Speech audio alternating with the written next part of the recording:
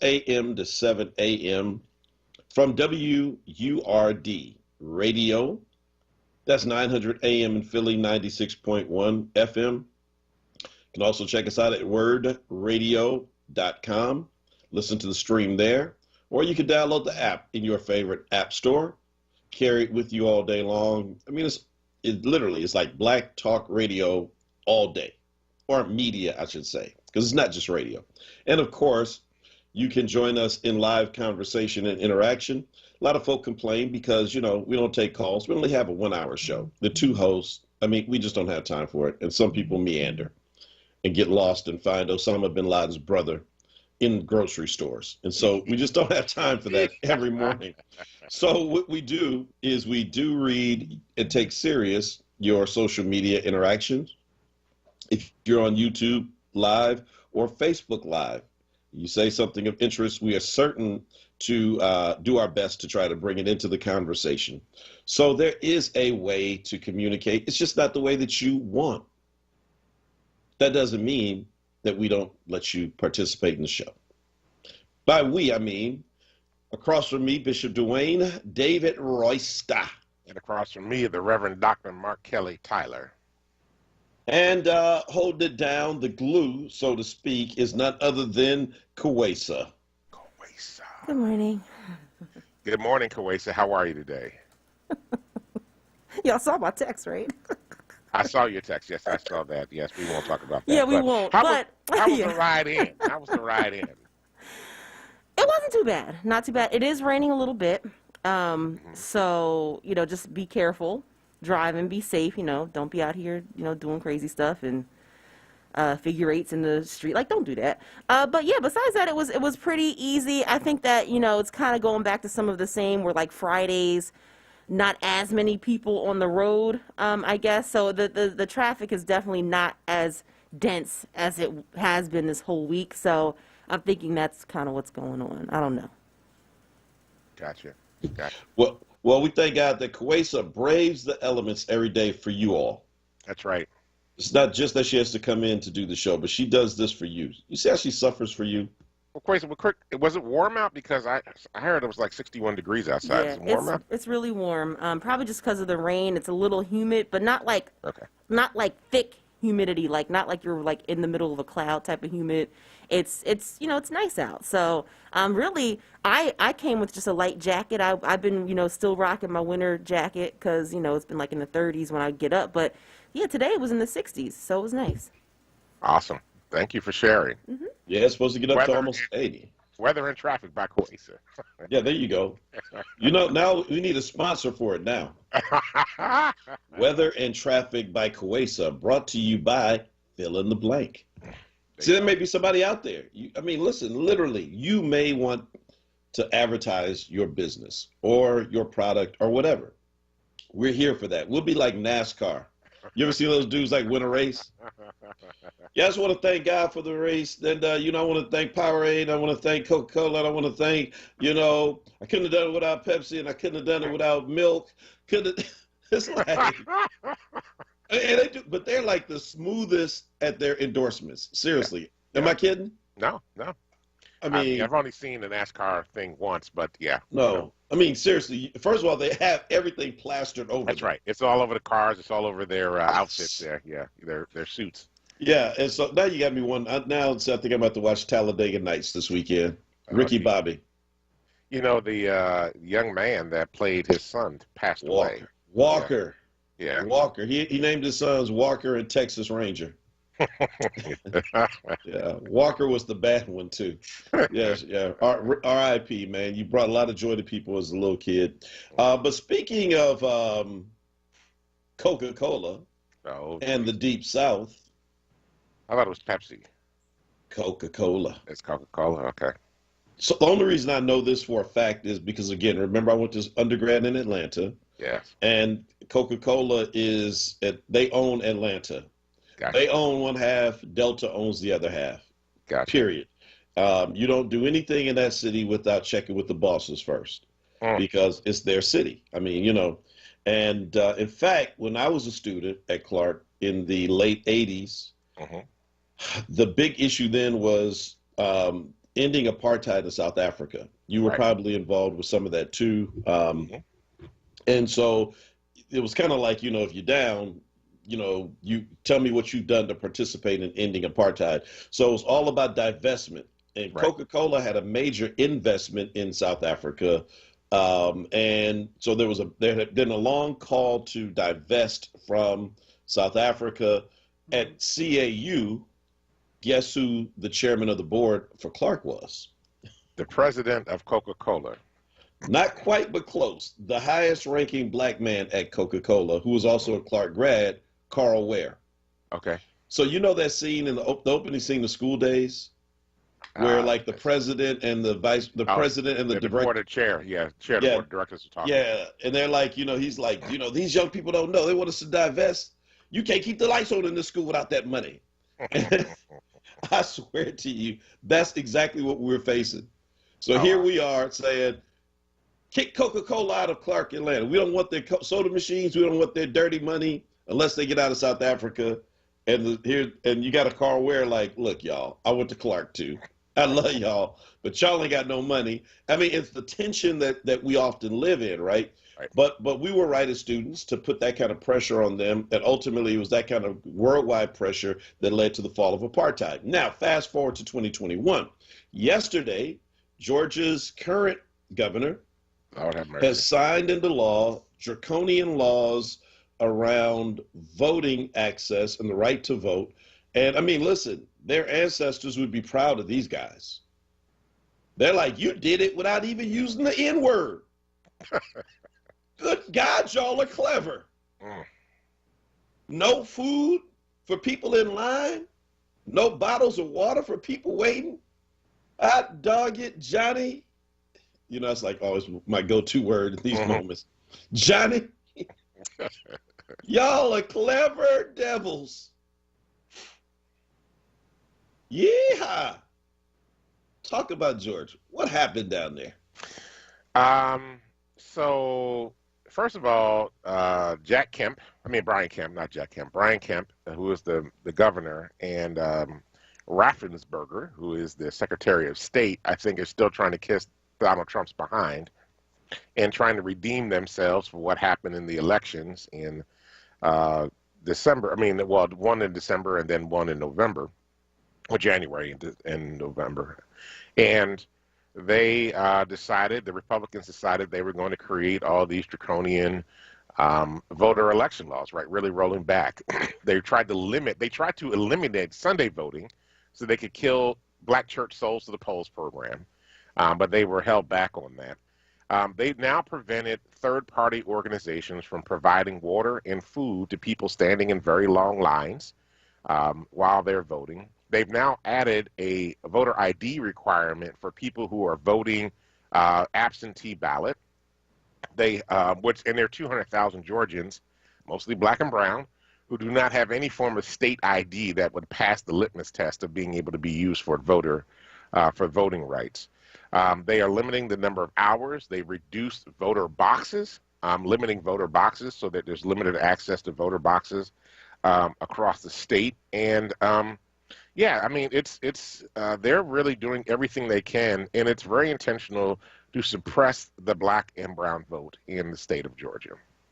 And so Republicans passed this 100-75 in the House chamber, and it was like, I don't remember what the Senate numbers were. I have to pull them back up. But it's a really sad state of affairs. And in the midst of all of this, a black state representative by the name of Park Cannon, a woman, was arrested and charged with felony obstruction on Thursday and misdemeanor attempts to disrupt the General Assembly, although she's a member of the General Assembly, because she knocked on the governor's door demanding to talk with him and see him sign this legislation into law.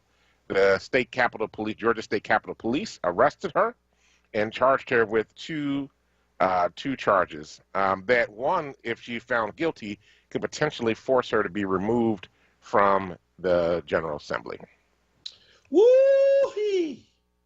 Yeehaw! They said she was banging on the door. Actually, she knocked on the door. They have a video of it. She's Yeah, merely yeah. knocking on the door. There's a video showing her knocking on the door. And they were like, Listen, oh, she was banging on the door. I was like, she listen. knocked on the door. I'm trying to tell you, they are channeling their They're, ancestors. they're trying to channel their inner clan. That's really what they're doing these The days. ancestors are speaking in Georgia. It don't work. It's not just a one-sided thing. It's not. We're not the only ones who could call on the ancestors. They call on the ancestors, the ones who told Bishop Henry McNeil Turner of the AME Church, first chaplain in the U.S. military who served during the Civil War, risked his life for this country, later elected to the Georgia State Legislature, arrived to do his civic duty as a duly elected official, and he and other black elected officials were told, go on home. We got this. But the people elected us. Yeah, we ain't feeling that. This is Georgia. Georgia for the Georgians. But, sir, we're Georgians too. I mean, Georgia for us Georgians. I mean, dude, literally from the 1860s to then the 1960s until here we are in 2021, Georgia, I will give you this. My God, you are consistent. Well, I mean, Kemp is consistent too. So Kemp, Oh, yeah. when he was Secretary of State, Yeah. had 12 black women who won their election to be school board members and charged them with 120 different counts of of felony fraud for voter election fraud. Mm-hmm. Most of them, I think they were found not guilty, but it took years for them to be able to get through all the fights that they had in this. And this was only in 2010, Yeah. right? So this was another way that he was using his role at the time as Secretary of State Mm-hmm. to cause voter suppression. And it was very clear that he was trying to send a message to these black folk that won seats in the school board that we do not want you down here. Go someplace else or go back to your place in society. Well, listen. All right. So, a couple other things on this because we're getting really close to the first break. I'm gonna reach out. I've reached out already. I don't know that he got the message this morning, but we want to get Bishop Reginald Jackson of the AME Church, who presides over the 400 plus congregations there. He's actually out of Delaware by way of New Jersey, so he's our homeboy. We want to get him on to talk about his call. He was actually quoted in numerous national outlets yesterday calling for a boycott of Coca-Cola, Delta, and others, saying that, listen, remember last year, actually earlier this year after the insurrection at the Capitol, we started to turn our attention to corporations who put money in the pockets of these Republican officials who were doing these things. And that had some effect, but not much. But I think he's right to target these major corporations, these big funders, and to say, look, if you're going to keep supporting them and you're not going to stand up for us, Right. us black folk, we're not going to buy your soda. We're not going to fly your airline. And that's our choice. We don't have to use your products. You're right. You don't have to say anything, but we don't. But try to be profitable without us, because we drink a lot of Coca-Cola. Trust me. I don't know if you know, but we drink a lot of Coca-Cola products. That's why the soda tax works in Philadelphia. I mean, Yeah. I'm against the soda tax, just so y'all know that. But I mean, the soda tax works because black folk drink a lot of soda. Yeah, I know Jim Kenney's like, oh, no, don't boycott. Look. When they were putting that soda tax in place, there were folk coming to me telling me that, oh, we need the soda tax because we're concerned about obesity. Now, for childhood obesity, all right? So first of all, I'm like, you're sitting here looking at me having a conversation about obesity. Okay. So the second thing was, but people began to act like they had to be the sugar police for black folk. And I'm like, you know what? That's just totally wrong. But the second thing is, the third thing is they knew black folk drink a lot of soda, right?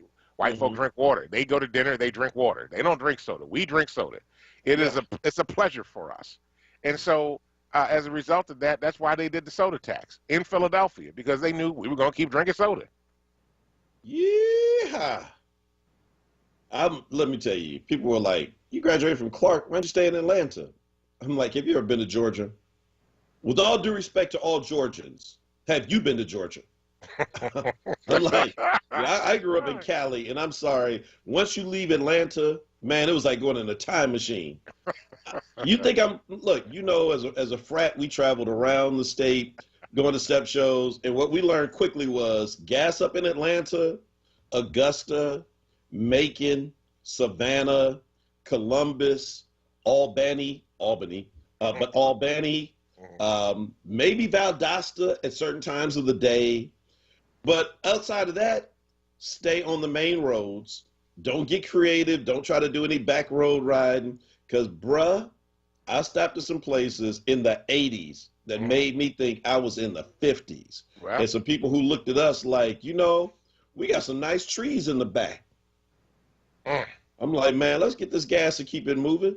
These folk don't want us here. Georgia is a trip. You hear me? Well, it's actually the same as Pennsylvania outside of Philadelphia and Pittsburgh. Yeah, well, outside the southeast corner, I should say, really. It's like Pennsylvania in sentiment, but they put action behind their words. I hear you. Pennsylvania don't have that same history, though I ain't saying a lot of Pennsylvanians didn't want to do what Georgians did. But Georgia, you go to the Lynching Museum down in Alabama, and they have it broken down by state. And Georgia's, hey, man, they outdid themselves. Anyway, look, we got to take a break. We got Kathia Woods coming on when we come back. Want to get her take on the Grammys and the Oscars. She's one of our pop culture critics, and but before we go today, so I want to come back to Georgia about the guy who was arrested in Publix with 6 guns. Yeah. And a young black guy. Remember we were talking about the Minority Report and arresting you for pre-crime? Yeah. That's what happened to him. He didn't actually commit a crime, but they arrested him for crimes they thought he would commit. And I'm wondering, so a black guy with a whole bunch of guns in public, we arrest and take his guns, and he's still in jail pending a hearing. He's alive. But white guys can walk down the street with AR-15s and even carry them into the Capitol in Michigan and threaten the life of governors and get to go home with their guns. Maybe the way we can get gun laws to change in America is if a whole bunch of black men just randomly start carrying their guns around openly. You think that might change the laws? Well, years ago, I used to say we should just get all the black folk in Pennsylvania to go register to get their gun license. They would change gun laws in Pennsylvania. But anyway, I know we got to go to break. Yeah, it's 6:22. But just think about that, y'all. I'm just saying. I'm not talking illegal guns. Legal, law-abiding gun owners who follow the law, and if the law is open carry, that seeing us just openly carry through grocery stores and other places might shock the system enough to actually have common sense laws. I don't know, but I just have a feeling based on what I saw in Publix that might change some of the stuff we're fighting against. We'll be right back on the other side of the break with Kathia Woods talking about the Oscars and the Grammys, so get your notes together. Peace.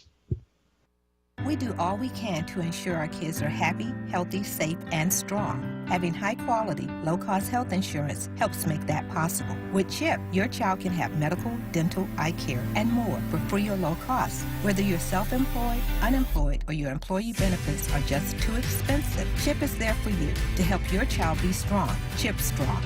Apply or renew today at 800-986-KIDS or go to chipcoverspakids.com. Paid for with Pennsylvania taxpayer dollars. WURD Radio Digital Tip of the Week with Stephanie Humphrey. I'm your Tech Life expert, Stephanie Humphrey, and this is your WURD Digital Tip of the Week.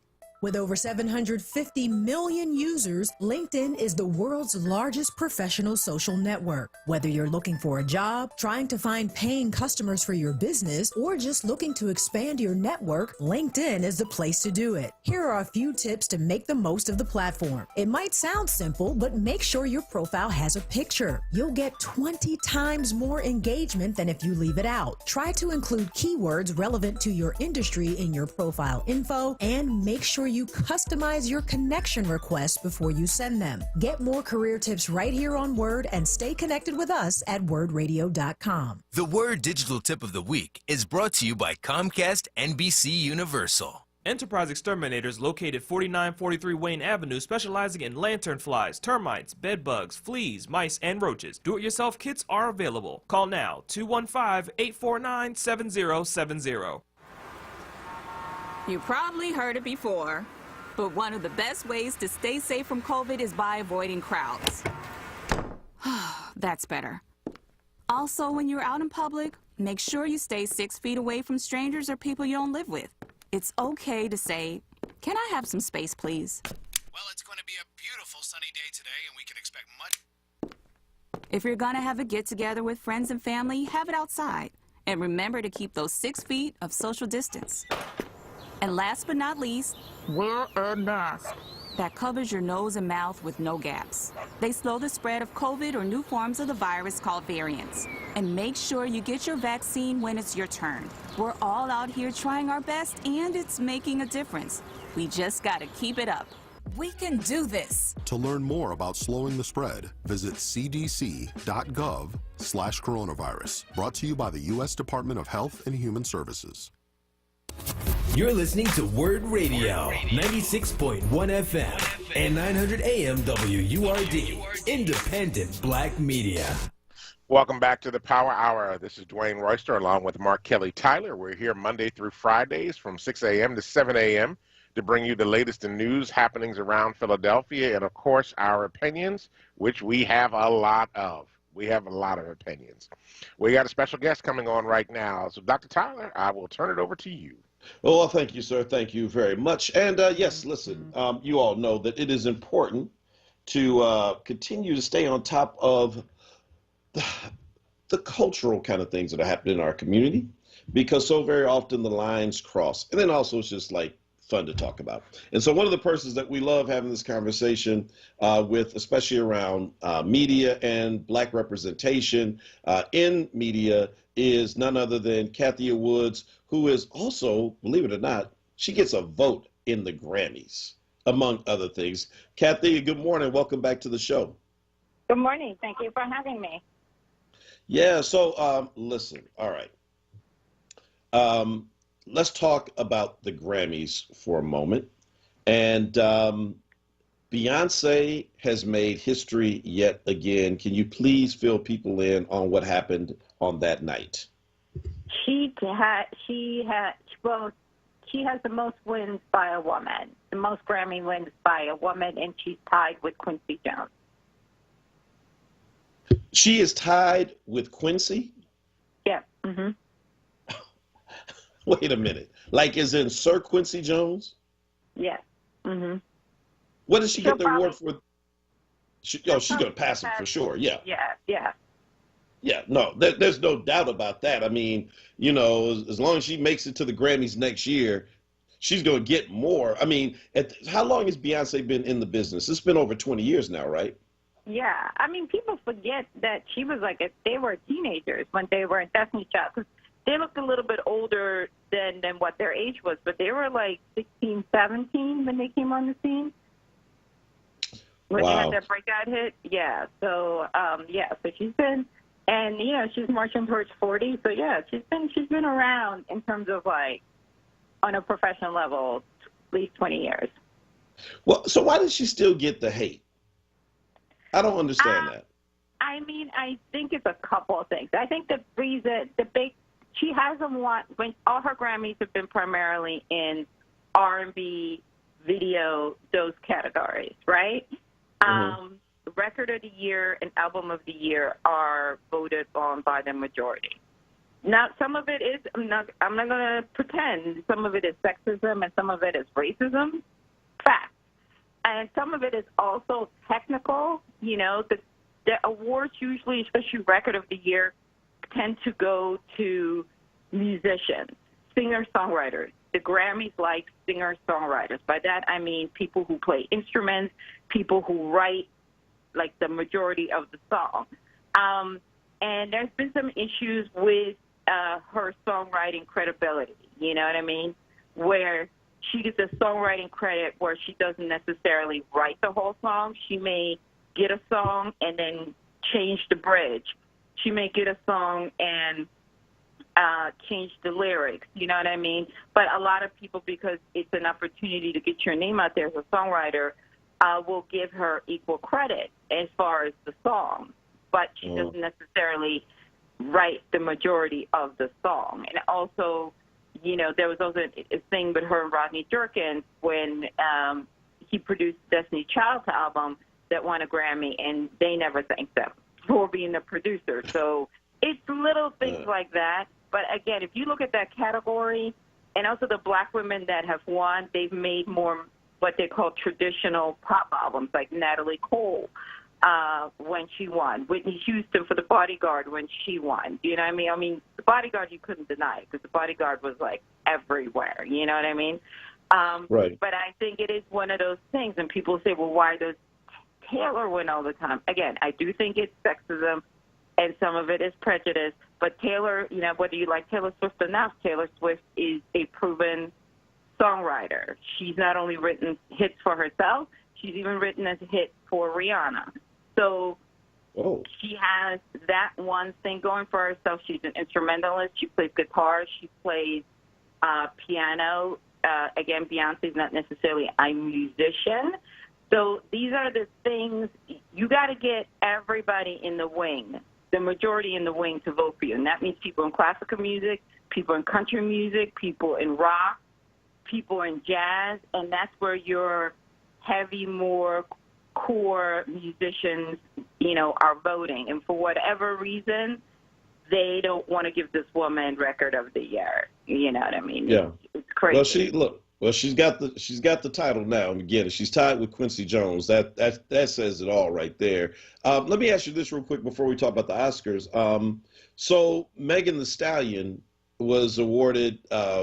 Is she the hip hop artist of the year, or new hip hop artist, or what is it?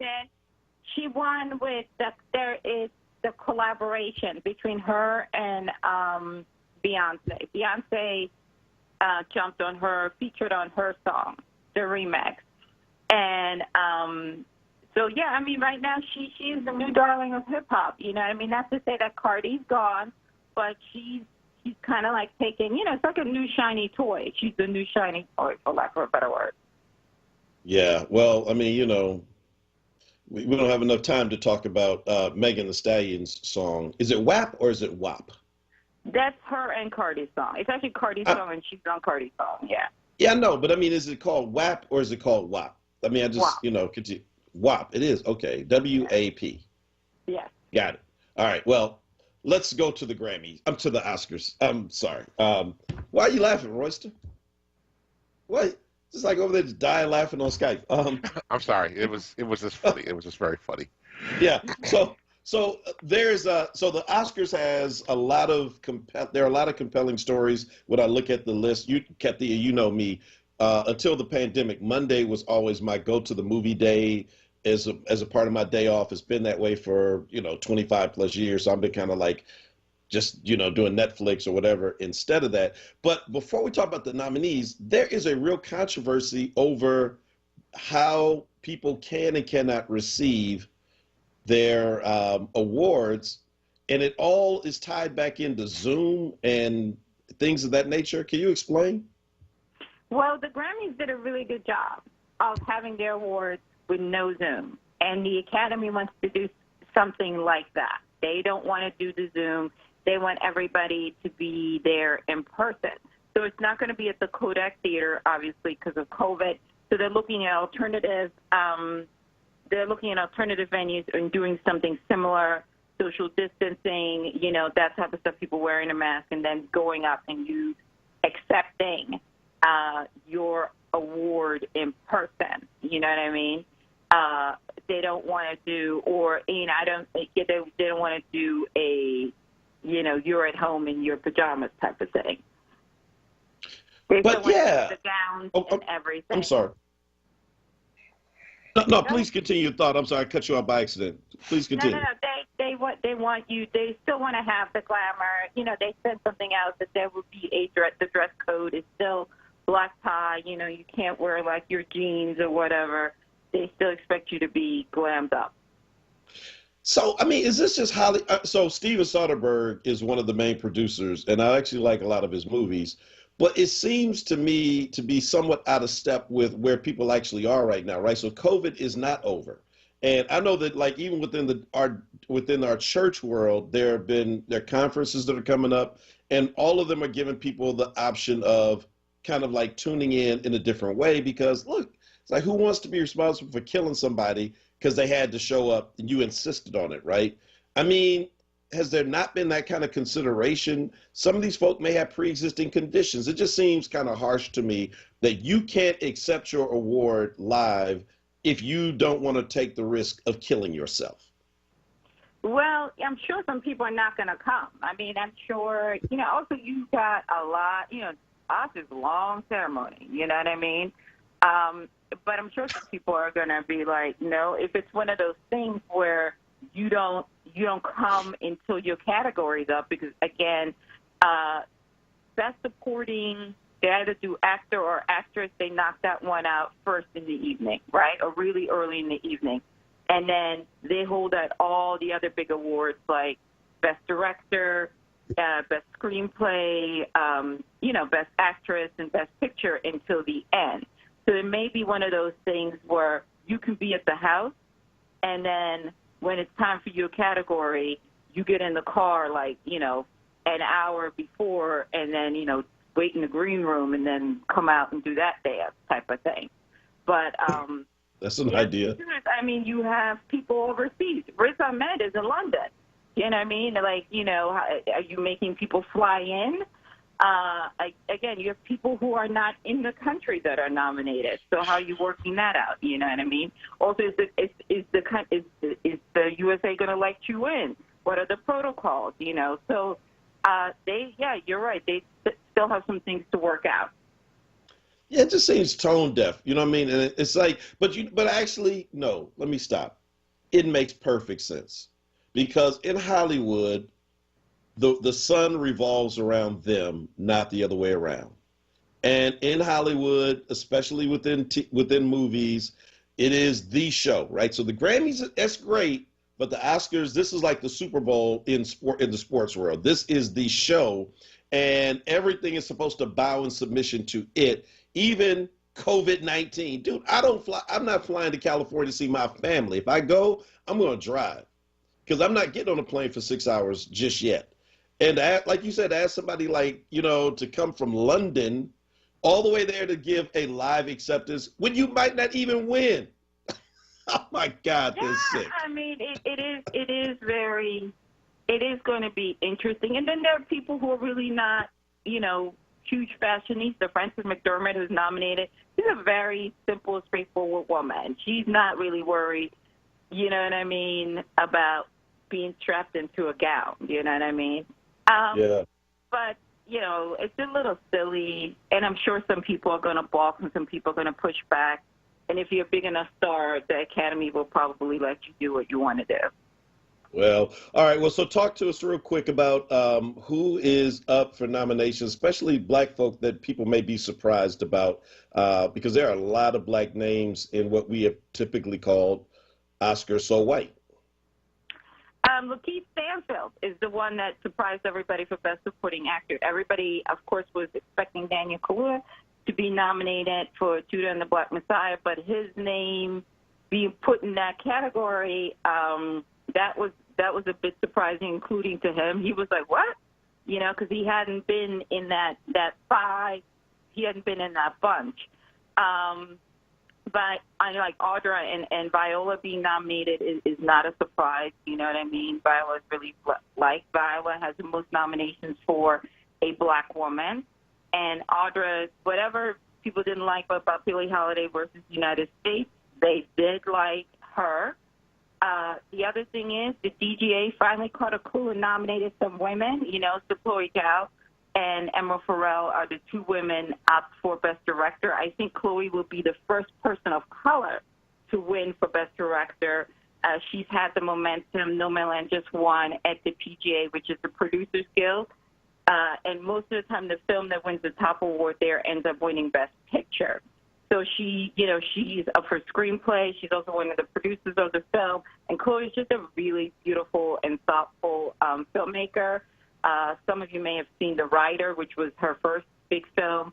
And here's the funny thing, she was a student of Spike Lee at NYU. So he then gets to say that one of his students has gone on to bigger and better things and won. So he has a little hand in that.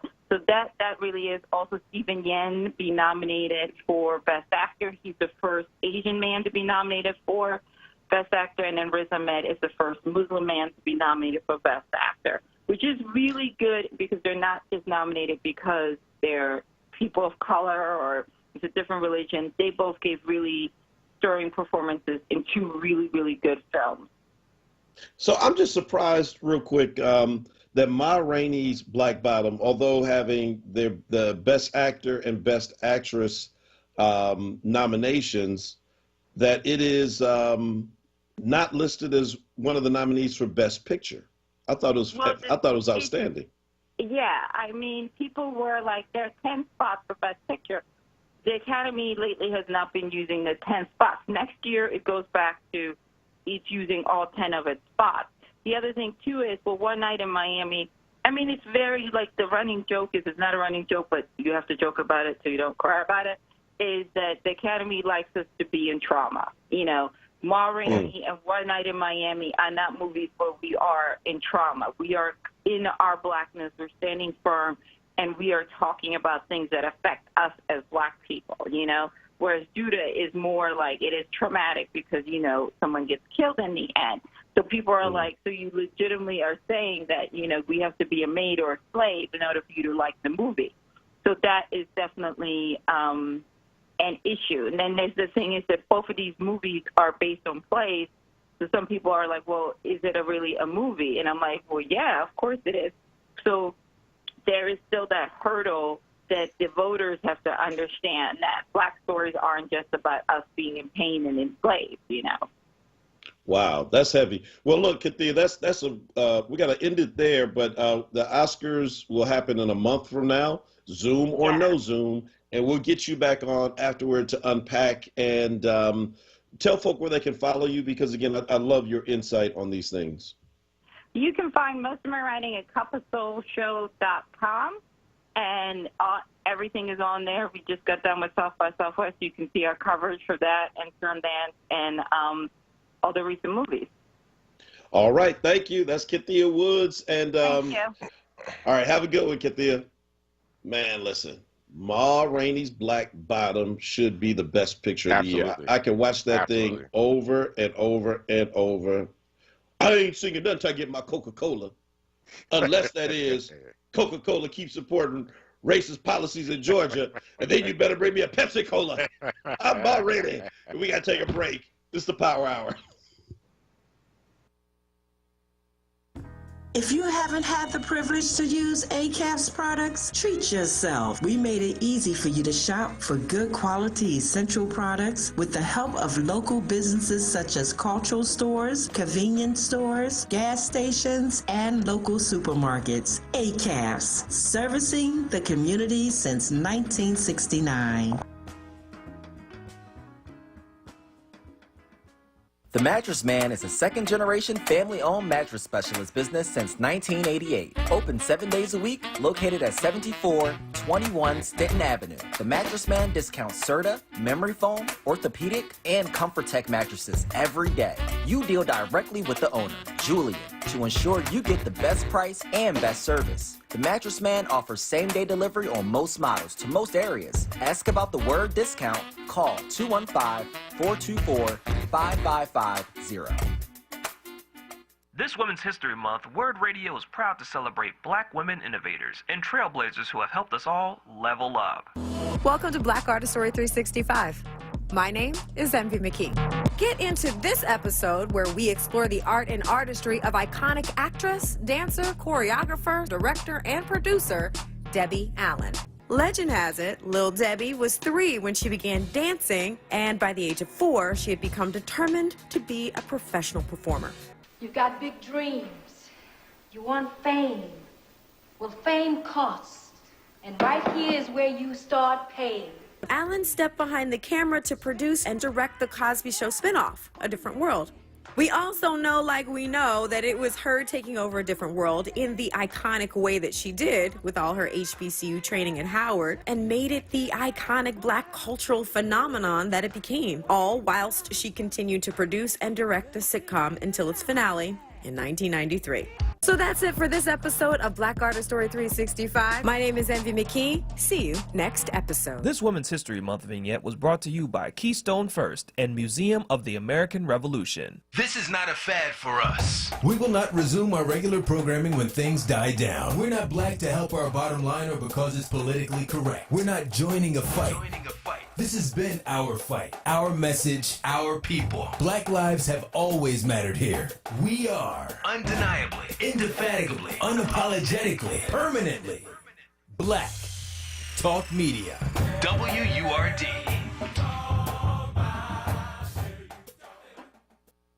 Now, a traffic update on WURD Radio.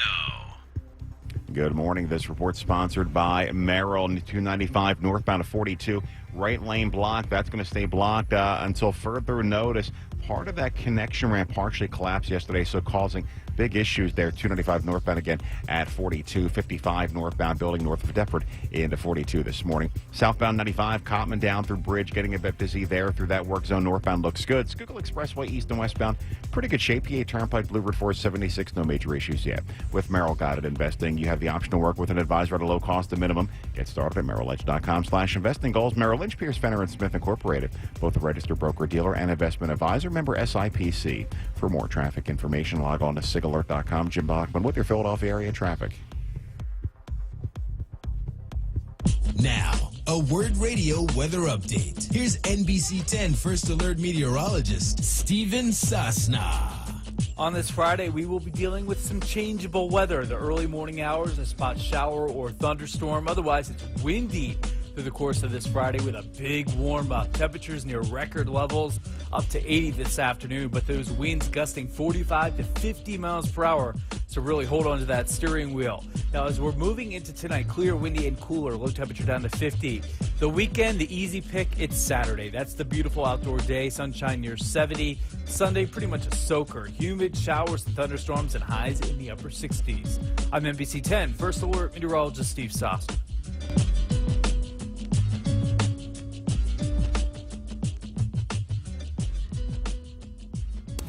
You're listening to WURD Radio, 96.1 FM and 900 AM WURD, independent black media.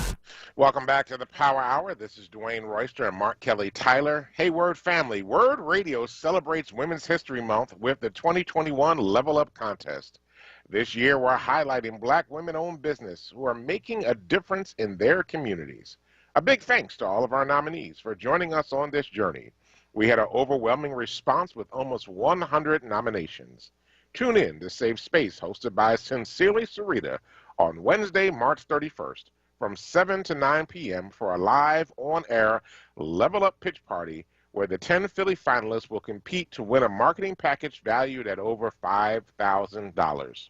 The 2021 Level Up Contest is sponsored by Comcast, Bank of America, PECO, Keystone First, and Thomas Jefferson University and Jefferson Health. All right, so check that out next Wednesday, 7 to 9 p.m. on Sincerely Sarita. Level up. And hey, listen, folks, if you're listening on Facebook Live, do not, under any circumstance, reply to the person who is tagging every comment. It looks like it is a spammer. And if you reply, you might get spammed too. It's probably not that actual person. It's probably just someone who has hacked their account. Hey, it's the 2020s, the roaring 20s. It happens. You know, it's easy these days. And so please just disregard that. If you can, there should be something where you can report it as spam. Do that. But again, please do not do anything else. I don't want to see you all texting me, hitting me things about text you for some money. All right, Robert, Roberta, Craig, Asa, Gary, Mabel, come on now. I don't want to see you all getting in trouble out there, Sarah and Sheila. So, I thought Kathia left it at a very interesting place because it's so true. One Night in Hollywood was a very powerful film because, you got like 3 of the richest black guys at that time. And One Night in Miami. What did I say? You said One Night in Hollywood. Yeah, sorry. Got Hollywood on my mind there. Yeah, One Night in Miami. Thank you.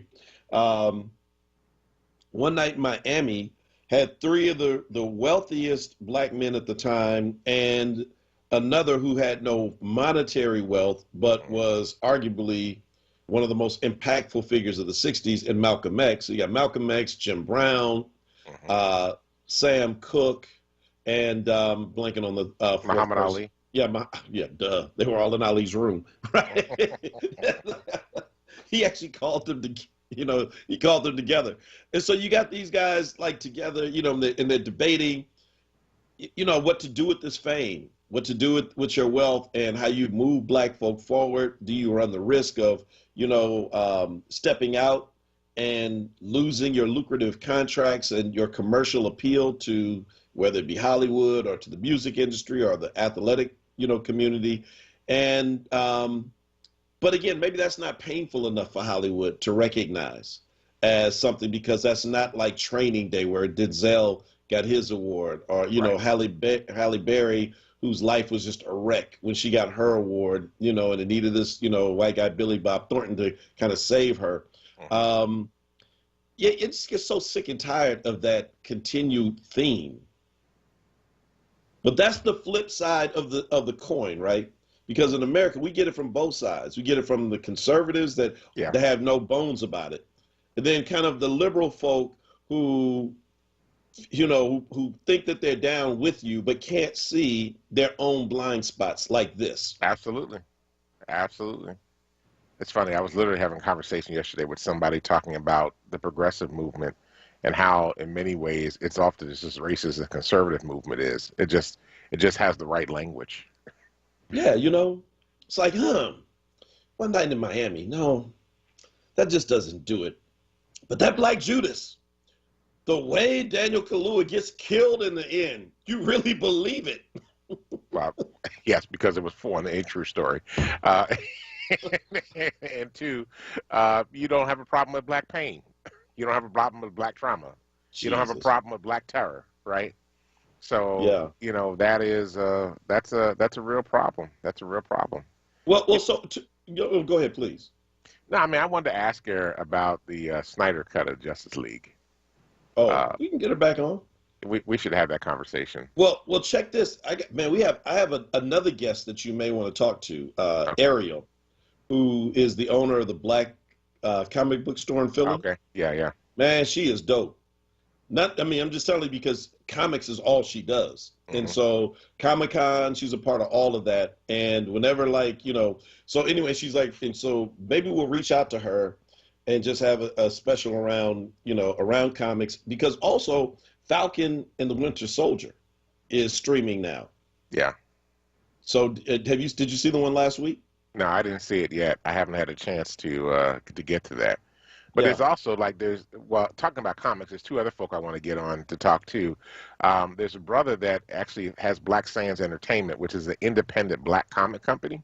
Yeah. And they're actually like number one on Amazon right now, and they actually have their own way of monetizing it because they didn't want to go through the white comic companies to do it.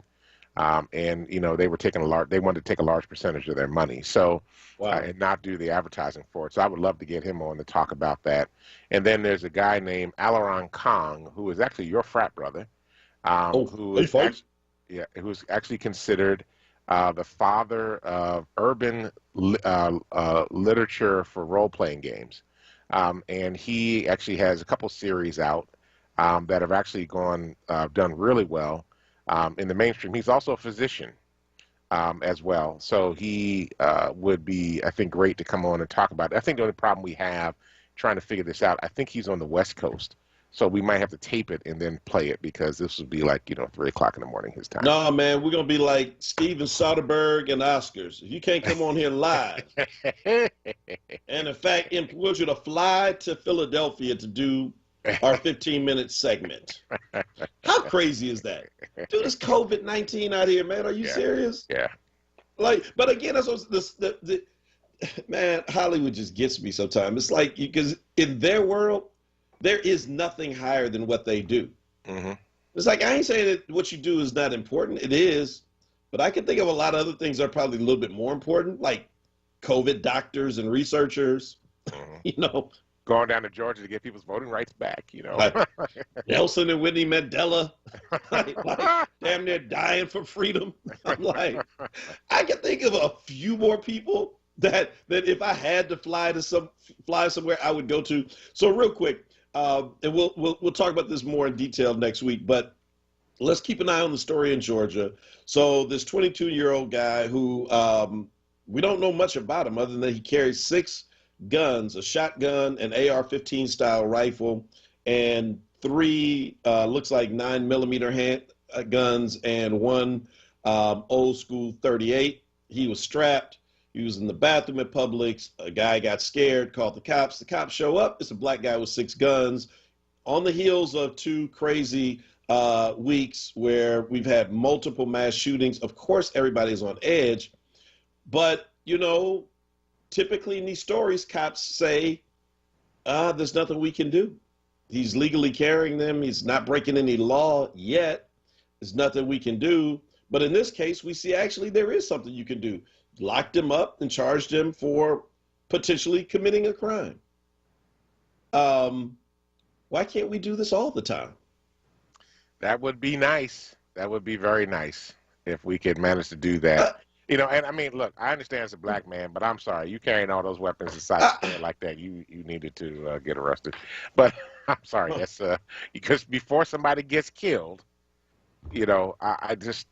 But that's the problem. But the problem right, is they should have done the same thing with white folks that were doing it. Yes, it's the selective enforcement of it. And I'm saying if you want to change these laws, somebody said it earlier, Sarah in the chat, when the Black Panthers started carrying openly in California, it changed the laws in California. So maybe to help the world, we got to do something that's crazy and scary. I don't know. I'm just saying it seems like Congress listens to nothing else. Maybe the only thing that'll scare them is a bunch of black folk rolling into Montco and other places with their guns in the open.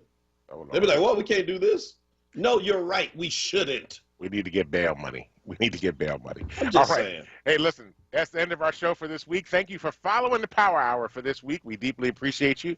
We'll be back on Monday morning from 6 a.m. to 7 a.m. to bring you the latest in news, happenings around Philadelphia, and, of course, our opinions. Thank you, Cohesive, for holding us down all week long and for giving us your daily traffic and weather reports. Thank you, Dr. Tyler, for everything you do.